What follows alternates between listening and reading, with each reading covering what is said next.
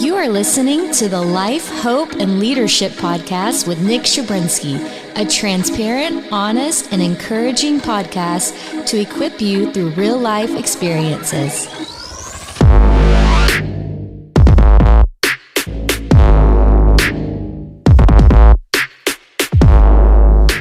Hey, thank you guys for jumping in on these Life, Hope, and Leadership podcasts with me, Nick Shabrinsky. I hope that you are enjoying the content that is coming out of each and every episode. If you are, it means the world to me if you just take a second to hit that like, subscribe, or follow button on whatever platform you're listening on. And do me a favor, send it to a few people you think would benefit from the conversation.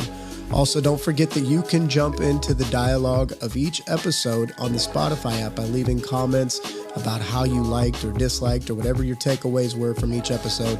So once again, thank you for being a part of the Life, Hope, and Leadership podcast community with me and all of those who are listening. So let's jump in to the next episode of Life, Hope, and Leadership. What's up, guys? Thank you so much for making these a priority. I am just blessed beyond compare about how many people are talking to me, coming to me, messaging me about how these podcasts are helping them and what that means. So thank you so much. I appreciate it. As you guys can tell, I still sound rough. Man, it has been a season. I don't know about you, but there's just been a fight with getting sick and getting over it and blah, blah, blah, blah, all that stuff. I'm not going to give it too much glory or credit, but it has been definitely a fight, and I got into it again. My wife and I took a few days just to go rest and relax, and I ended up in my bed for 4 days, barely able to even function. But we're making it, and you're making it. And Happy New Year to each and every one of you. You made it another year. Closed the door to yesterday. It's time to be moving forward, and that's actually why I wanted to do a podcast today. I just had a bunch of different things on my mind. And one of them was actually something I wanted to do a podcast on a few weeks ago. I just haven't had a chance to do it and haven't been feeling well. But it was called Squeeze the Toothpaste and Push the Buttons.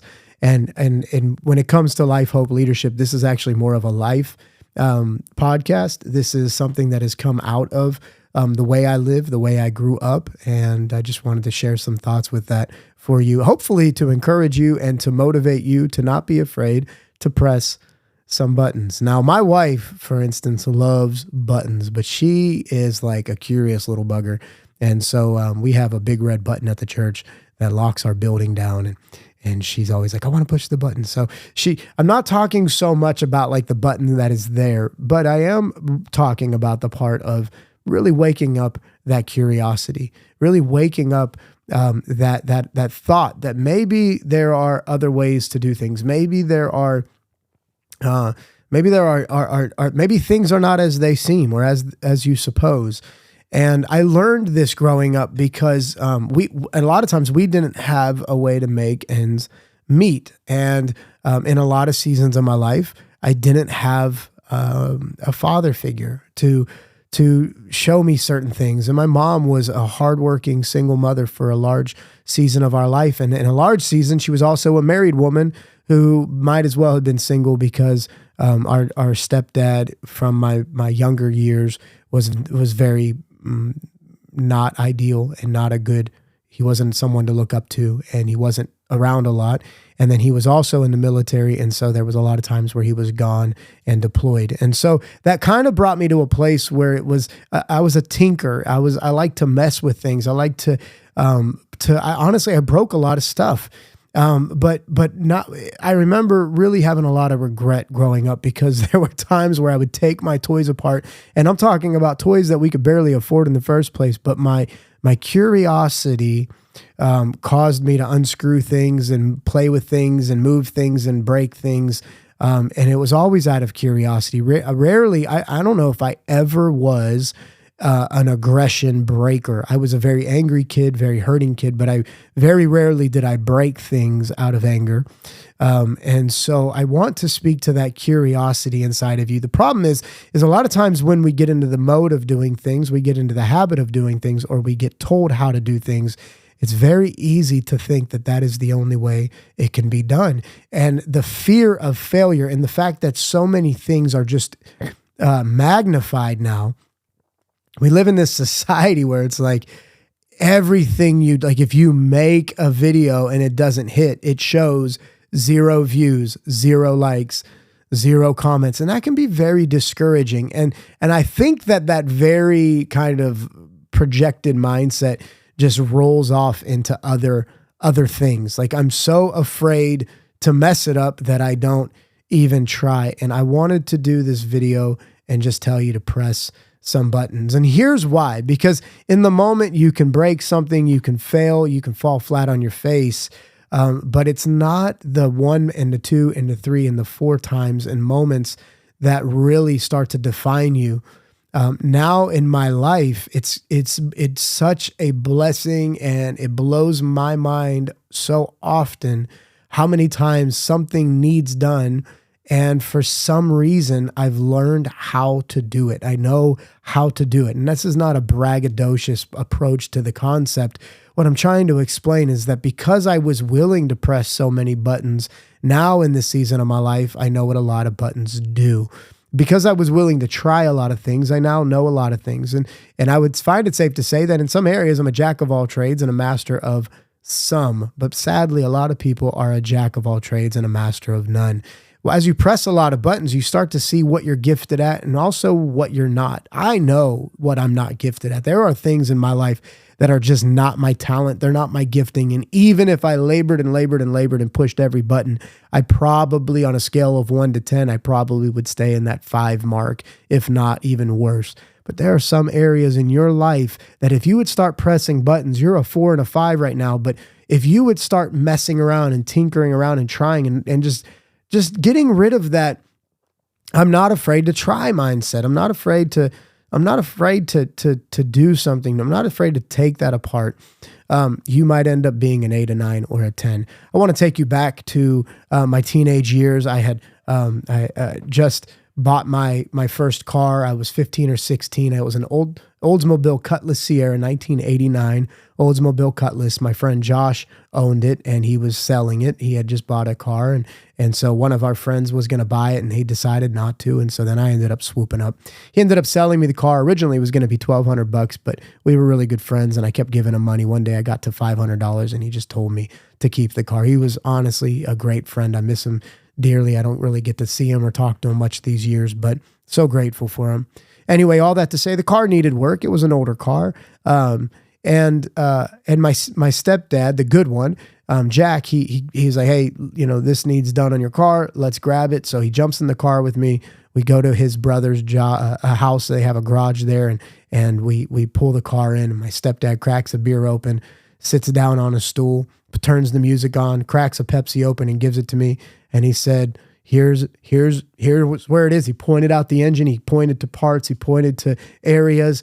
And this is one of the coolest memories, man. He said, hey, listen, pay attention to how you took it apart so you know how to put it back together. And he helped me buy the right parts. He helped me know where the tools were. He showed me these things. And what would happen after that was I started learning how to rip a whole car apart and how to replace stuff.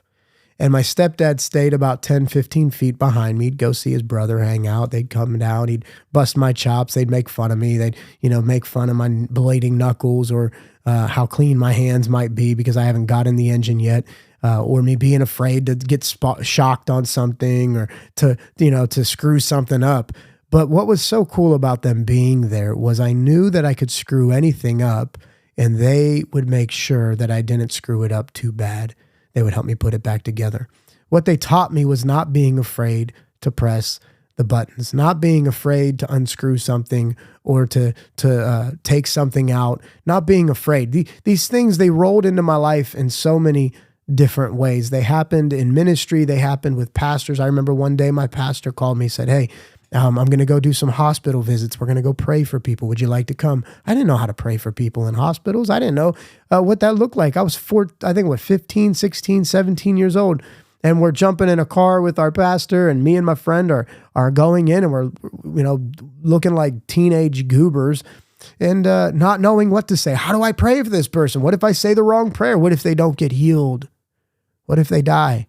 So afraid, but yet we said yes. And I love it. We were talking a few weeks ago at our church, Generations House of Worship, is the church my wife and I pastor.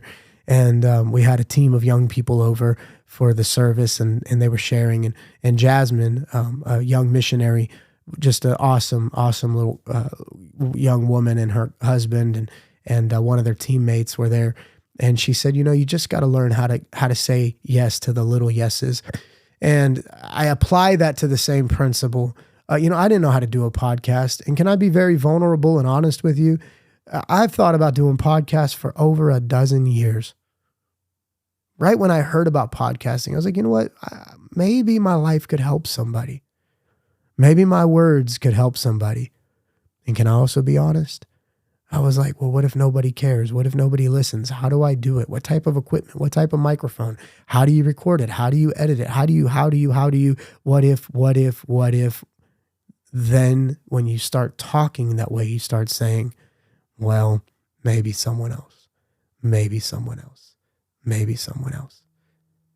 And I'd find it safe to say that you're probably missing out on a large part of your potential because you're so afraid of what you don't know that you don't even realize by not trying, you'll never know it. There's things that I do in life personally. I'm just sharing my life with you. I hope this helps you. For instance, I let other people pick some of my clothes out. I go to trending outfits and I buy them even if I hate them. I wear shoes, pants, shirts, hats that I would never like. And the funniest part about it is within wearing them 2, 3, 4 times, I go, you know what? I like this. And I push the buttons. Sometimes I do things that irritate me because they shouldn't. And they shouldn't be pressing my personal buttons, so I press the button. I'm afraid of dogs. So when I see a big dog, I do my best to approach the dog and eventually work in a face-to-face confrontation with the dogs. Yeah, I'm just sharing my testimony. I'm just sharing my story. What are you afraid to do? This is the questions I'll propose to you. What are you afraid of? What is something you've always wanted to do? What's something you've always wanted to try? What's a skill you've always wanted to know? Is it a language that you've wanted to learn? Is it a book you've wanted to write? Do you even know how to change a spare tire? Oh, I'll just have someone else do it. What if they can't do it? What if they're not there? What if you're by yourself? What did you used to love to do that you've stopped doing because the demands of life brought out the joy, snuffed out the joys of life? Did you used to write poetry, write songs, paint? Did you used to dance? Have you wanted to learn how to dance? Oh, well, I'll go. Everybody else will know what to do. I'll look stupid. I would rather look stupid and learn than to be safe and be disappointed. The reality is you only have so many days left, so many minutes, so many seconds. And there's all these buttons around you. And that kind of brings me to the next point of squeezing the toothpaste.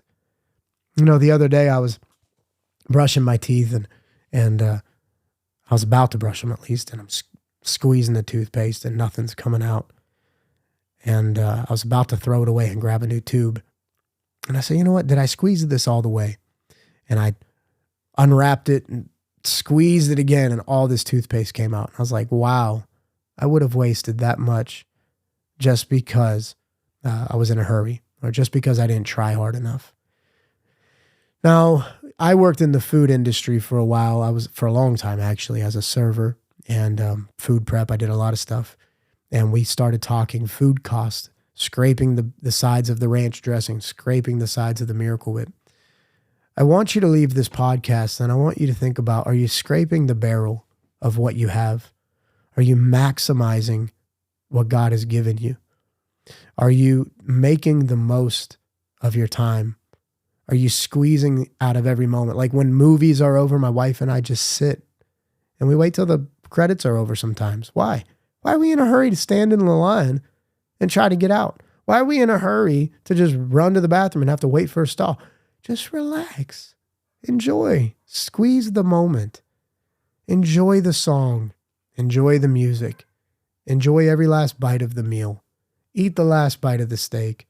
Press the buttons. Learn new skills. Stop being so afraid to try and stop being so convinced it's the only way. I love a guy, they call him Gary V. I love listening to him. He's a little vulgar, but man, does he encourage me.